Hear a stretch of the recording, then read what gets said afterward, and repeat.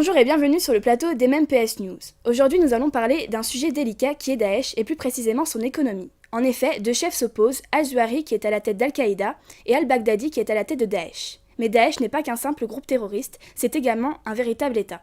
Mais avant tout cela, nous avons voulu savoir ce que le mot Daesh signifiait pour vous.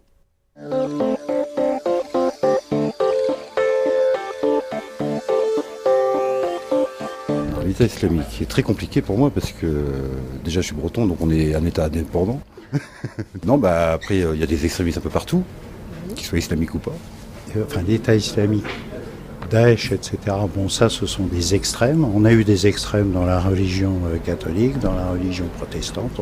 Il y a eu des crimes qui ont été faits. L'État islamique, c'est le terrorisme religieux le plus épouvantable qui puisse exister sur Terre. L'État islamique, c'est des terroristes. Pour moi, c'est des barbares qui veulent créer la terreur partout dans le monde.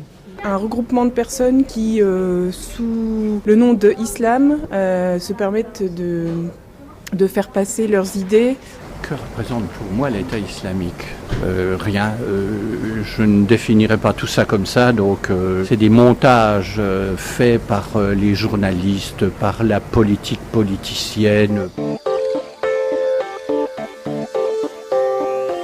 Ils sont financés par des États du Golfe, je pense. À mon avis, c'est des activités pas très légales, de trafic d'armes, trafic de drogue, choses comme ça, quoi. De tout ce qui est marché noir et vente de drogue et de quelques gouvernements aussi le font. Donc on les fournit en armes, en finance. Par tous les traficotages en tout genre. De la finance internationale bien installée.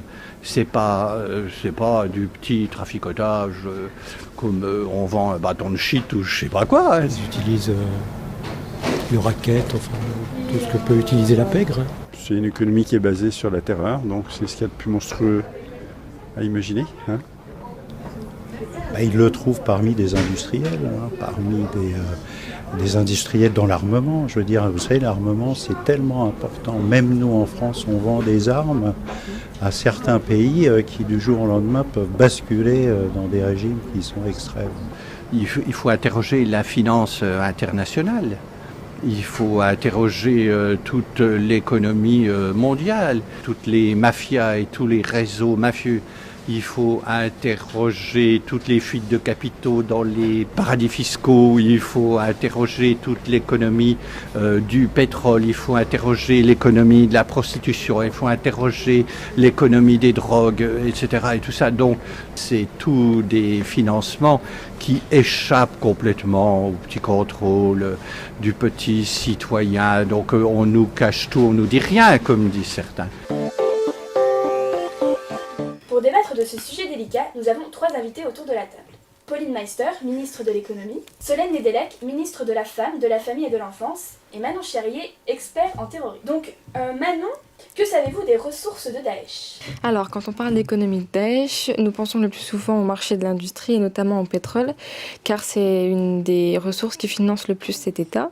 Alors, il quitte de manière illégale la Syrie et l'Irak pour aller ensuite vers l'Europe, puisque les pays d'Europe sont ceux qui achètent le plus de pétrole. Avant 2014, le pétrole représentait environ 43% des ressources. Et Daesh possédait 12 champs environ, ce qui représentait 350 000 barils de pétrole par jour, avec un baril entre 18 et 23 $, ce qui revient à 3 fois moins cher que du pétrole légal. Et cela donne à Daesh environ $1 million par jour grâce au pétrole. Mais depuis 2016, le revenu du pétrole a été divisé par 2. Maintenant, il représente que un quart de leur revenu, en cause des frappes aériennes venues des États-Unis sur les zones pétrolières. Et Madame Ibaskova, ambassadrice de l'Union européenne en Irak, a déclaré que certains pays membres de l'Union européenne achèteraient leur pétrole à Daesh. Il n'y a pas seulement le pétrole en ressources naturelles, il y a également la vente de produits dérivés, ou bien des produits de construction, ou bien les échanges avec du talc. Y a-t-il d'autres ressources importantes ? Oui, il y a également le coton. Il contrôlerait entre 75% et 80% des champs de coton en Irak et en Syrie. Daesh crée environ 100 000 tonnes par an de coton, mais pour au final, ils arrivent à en revendre que 10 000 tonnes. Donc, nous avons vu au cours du reportage que certaines personnes évoquent le trafic. Que pouvez-vous m'en dire ? Donc oui, il y a également le trafic d'œuvres d'art, la deuxième source de revenus de Daesh, derrière celle du pétrole. C'est également le troisième trafic le plus illicite du monde, puisqu'ils veulent récupérer les biens culturels afin de les revendre sur Internet ou bien sur le marché noir au prix fort. Ils permettent la rentrée d'argent de 6 à 8 millions de dollars par an et permet également de financer les activités de guerre de Daesh. Il y a également le trafic d'antiquités qui est un trafic qui a pris des proportions industrielles depuis 2014 parce que l'État islamique organise le marché noir des antiquités, c'est-à-dire qu'il interdit les pillages et il impose des autorisations d'exploitation plus des taxes d'activité de 20% des revenus. Et c'est un trafic qui est également estimé à 6 milliards de dollars. Alors le trafic d'antiquités est un trafic en tout genre. Il y a la destruction des patrimoines, où ils vont piller des musées ou des sites archéologiques, comme par exemple récemment la Palmyre, qui était une zone archéologique et qui a été détruite par Daesh. Et on peut se poser une question aussi par rapport à la population. Tout cela a-t-il un impact sur eux ?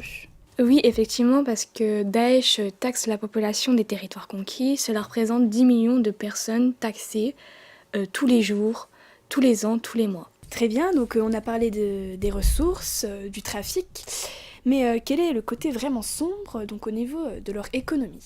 Le côté sombre de leur économie, c'est bien sûr le marché humain. Donc ça commence par la prostitution. Ils capturent des jeunes yazidis et chrétiennes, puisque ces deux religions-là sont les plus grands ennemis de Daesh, pour ensuite les violer. Certaines sont violées 30 fois par jour. Et ce trafic sexuel est un argument pour recruter des jeunes soldats. Et ils font croire aux jeunes soldats qui vont violer tous les jours des jeunes femmes. Le conseiller irakien de l'ONU a déclaré aussi pour le marché d'organes que nous avons des corps, venez les examiner, il est clair qu'il manque des organes. Daesh prend les morts des soldats, charcute ces corps pour vendre ces organes sur les réseaux sociaux. Donc on peut vendre maintenant des organes sur Twitter, Facebook, Snapchat. Et ça remporte un énorme profit. Ensuite, le plus connu, le marché des femmes et des enfants.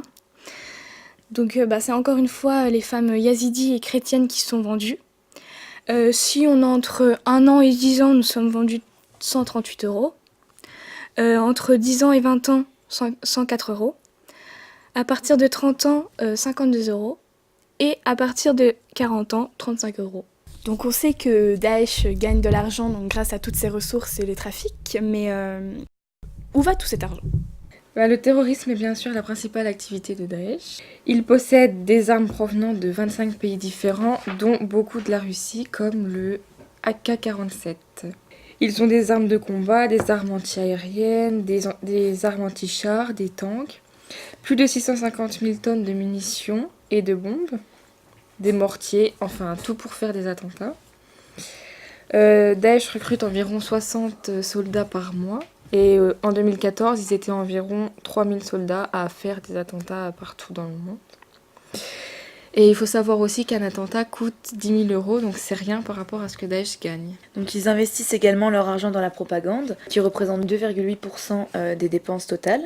Elle se fait principalement sur Internet.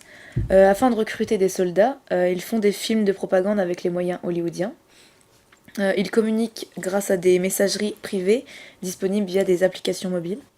Et l'argent est utilisé principalement pour nourrir, armer, former et payer les soldats. Il faut savoir que les soldats sont payés entre 150 $ et 2000 $. Et ils sont à peu près 40 000 soldats. Ils payent aussi les familles des soldats. Donc ça représente environ entre 40 000 à 70 millions de dollars par mois. Et aussi, ils versent une pension aux familles des soldats morts pendant les attentats, pendant la guerre. Et tout l'argent utilisé pour ça, ça représente environ 43,6% des dépenses totales. Eh bien, merci à vous trois de nous avoir permis de comprendre ce qu'est Daesh. Merci aux téléspectateurs de nous avoir regardés. Au revoir, merci.